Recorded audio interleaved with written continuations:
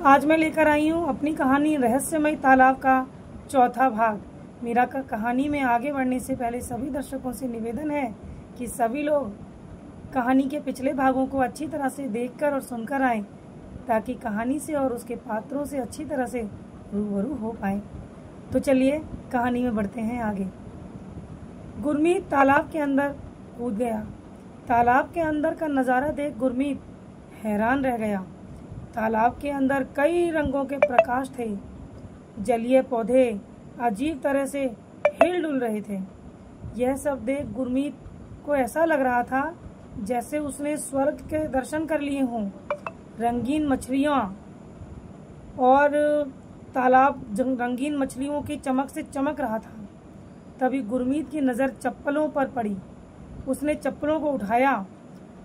वह इस नज़ारे में इतना खो गया था कि वह तालाब से बाहर नहीं आना चाहता था, क्योंकि तभी एक विशालकाय अजगर उसकी तरफ बढ़ रहा था। जैसे ही गुरमीत की नज़र उस पर पड़ी, वह तेजी से तालाब से बाहर आ गया। तालाब से बाहर आने पर उसने सारी घटना सभी को बताई। गुरमीत, मुझे तो लगता है कि उस अजगर ने उसको खा लिया होगा, क्योंकि मुझे यह चप्पल वहां पर मिली। चप्पलों को देखकर रवि की माँ सुनीता बोली, ये तो रवि की चप्पल है। हाय मेरा बेटा रवि। इतना कहकर सुनीता बेहोश हो गई। रवि के पिता कबीर को बोले, तुम्हारी वजह से मेरा बेटा मारा गया। अगर तुम यहाँ नहीं आते तो वह भी नहीं आता। यह सुनकर कबीर रोते रोते वहाँ से जंगल की तरफ भाग गया। रवि के दादा ने उसको रोका भी, पर उसने किसी की एक न सुनी। दादाजी ने रवि के पिता को कहा, तुम्हारा बेटा तो चला गया, वो तो वापस नहीं आएगा, लेकिन तुम्हारी इस कड़वी बात से वह कबीर भी जंगल की तरफ चला गया। वहाँ पर कई सारे जंगली जानवर भी हैं, वह उस बच्चे को मार देंगे। कबीर जंगल में जाकर एक पीपल के पेड़ पर बैठकर रोने लगा। आज मेरी एक गलती से मेरा दोस्त मारा गया, मेरी आवाज़ चली गई। आज मैं इस पेड़ से लटक कर इस जीवन को अपनी को समाप्त कर लूँगा। कबीर ऐसा अपने मन ही मन में सोच रहा था। उसने नीचे उतरकर एक मजबूत बेल को उठाया। बेल के एक सिरे को पेड़ पर बांधा।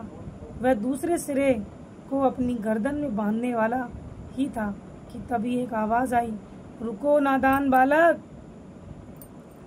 वो कहते हैं ना, जाको राखे साइयाँ मार सके ना कोई।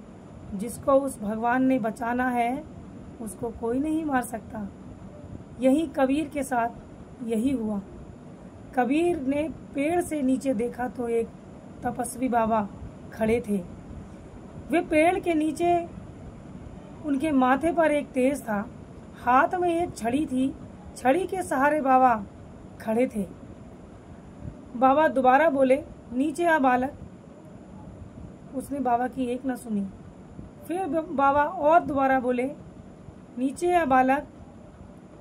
कबीर नीचे नहीं आने का इशारा करता रहा। उसको ऐसा करता देख बाबा जोर से छड़ी को पेड़ पर मारते हैं। छड़ी के लगते ही कबीर की आवाज़ वापस आ जाती है, कबीर बाबा मुझे मत जाने दो, बाबा मुझे मर जाने दो, मुझे मत जाने दो कहीं बाहर, मुझे सिर्फ मर जाने दो। मेरी वजह से मेरा दोस्त मारा गया। बाबा, किसने कहा वह मर गया? वह तो अभी भी जिंदा है। बाबा की यह बात सुनकर कबीर चौंक गया। तुरंत ही नीचे आ गया। बाबा के चरणों को हाथ लगाकर बोला, आपको कैसे पता बाबा कि मेरा दोस्त जिंदा है? बाबा, बेटा हम योगी हैं।